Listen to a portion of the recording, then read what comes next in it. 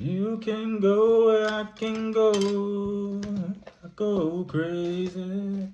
If you can see what I can see, you're blind, baby. If you can go where I can go, I go crazy. Alright, I just had that stuck in my head. We getting back into the Fierce Conversations part 5, chapter 1 still. I ain't read this in a minute. We got to get back into it.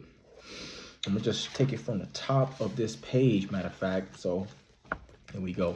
At times, I've used other more colorful words to encourage reluctant team members to challenge one another's thinking. Tie a lure onto your line, a belief, an opinion, a provocative question, then chuck it into the stream and see what bites. If we are to build something other than loose change relationships with one another, give us something to sink our teeth into and challenge our thinking. A caution: when someone takes you up on your invitation to challenge your strongly held opinion, resist the temptation to immediately defend your idea. So often I've observed teams respond to what appeared to be a sincere invitation only to be shot down by a leader's knee-jerk attempt to build a stronger case. You've seen this happen, have probably done it yourself.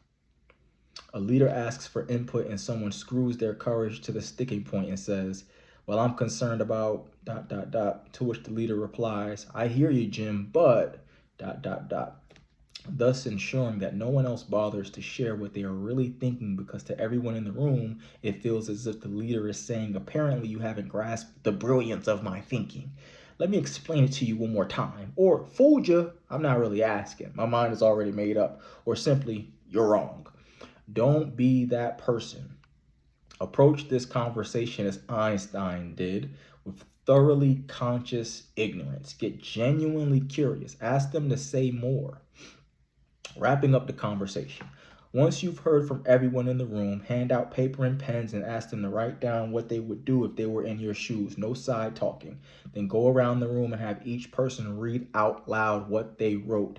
No more discussing. Just say, "Thank you."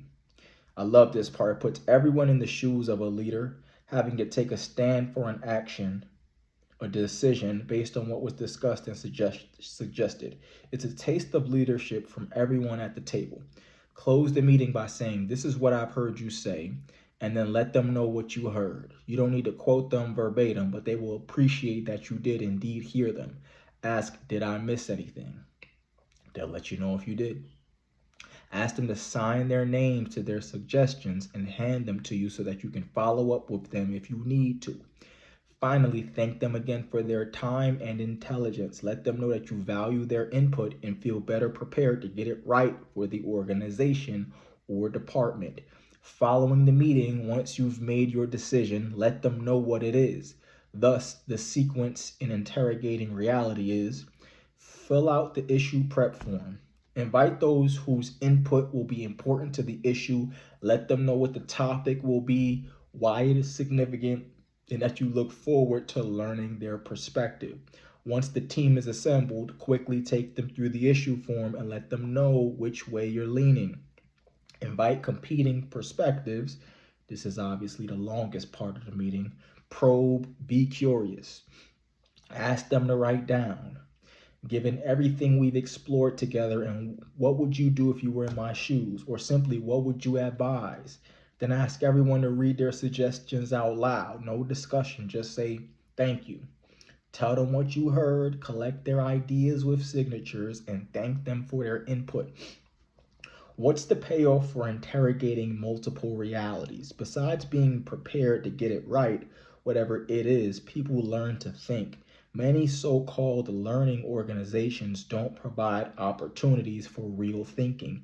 Meetings are just thinly veiled attempts to persuade others to agree with the leader's conclusions.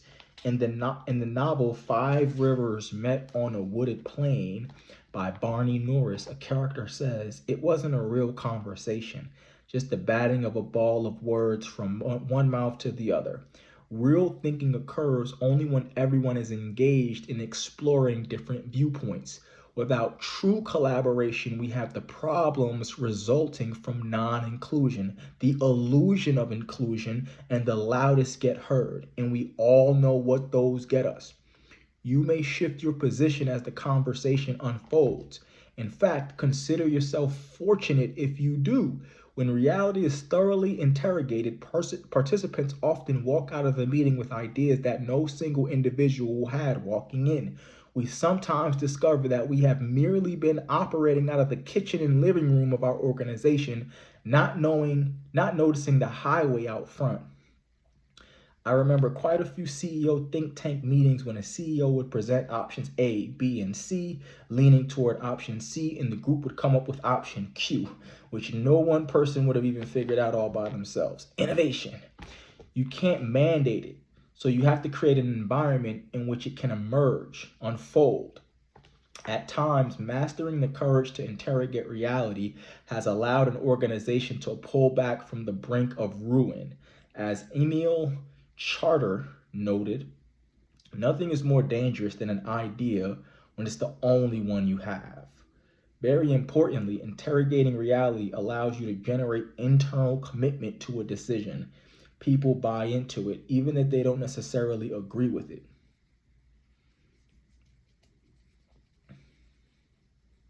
Because their perspective was sought out and valued, and because they genuinely understand the thinking that went into the decision. Avoid laying blame.